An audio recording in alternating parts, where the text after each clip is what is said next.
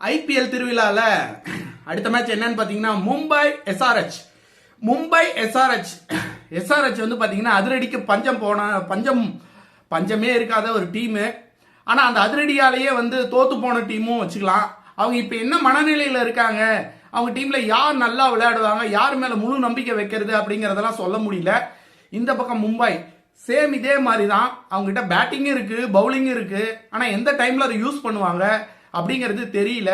யார் ஸ்கோர் பண்ண போறாங்க அப்படிங்கிறதும் தெரியாது. அதாவது புரியாத புதிர். ரெண்டு டீமுமே புரியாத புதிர் தான். ஆனா ரெண்டு டீமுமே நல்ல டீம்.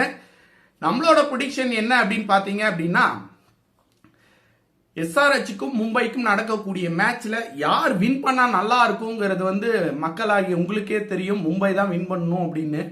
பாயிண்ட் டேபிள்ஸ்ல பாத்தீங்க அப்படின்னா மும்பை வின் பண்ணுச்சு அப்படின்னா கொஞ்சம் டஃப் ஃபைட் இருக்கும்.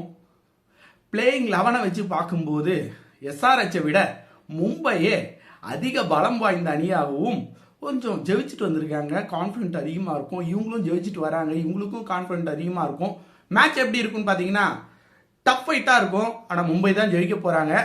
மும்பை வந்து கணிக்க முடியாத டீமுங்க. எப்போ வந்து ஃபயர் பேக் ஆவாங்க அப்படின்னு சொல்லவே முடியாது. அவங்க ஆக ஆரம்பிச்சிட்டாங்க அப்படின்னா அந்த வந்து கப்பை எடுத்துட்டு தான் வீட்டுக்கு வந்து தான் நிறுத்துவாங்க. அந்த அளவுக்கு ஒரு மிகப்பெரிய ஒரு பவர் பேக் டீமு. அவங்க வந்து எஸ்ஆர்எச்சை வின் பண்ணுவாங்க அப்படிங்கிறது தான் நம்மளோட ப்ரெடிக்ஷன். இதுவரை நடந்த எல்லா மேட்ச்லையும் நம்மளோட ப்ரெடிக்ஷன் வந்து பார்த்தீங்கன்னா கச்சிதமாக இருக்குது. சென்னை மேட்சை தவிர இந்த மேட்ச் மும்பை வின் பண்ணுவாங்க.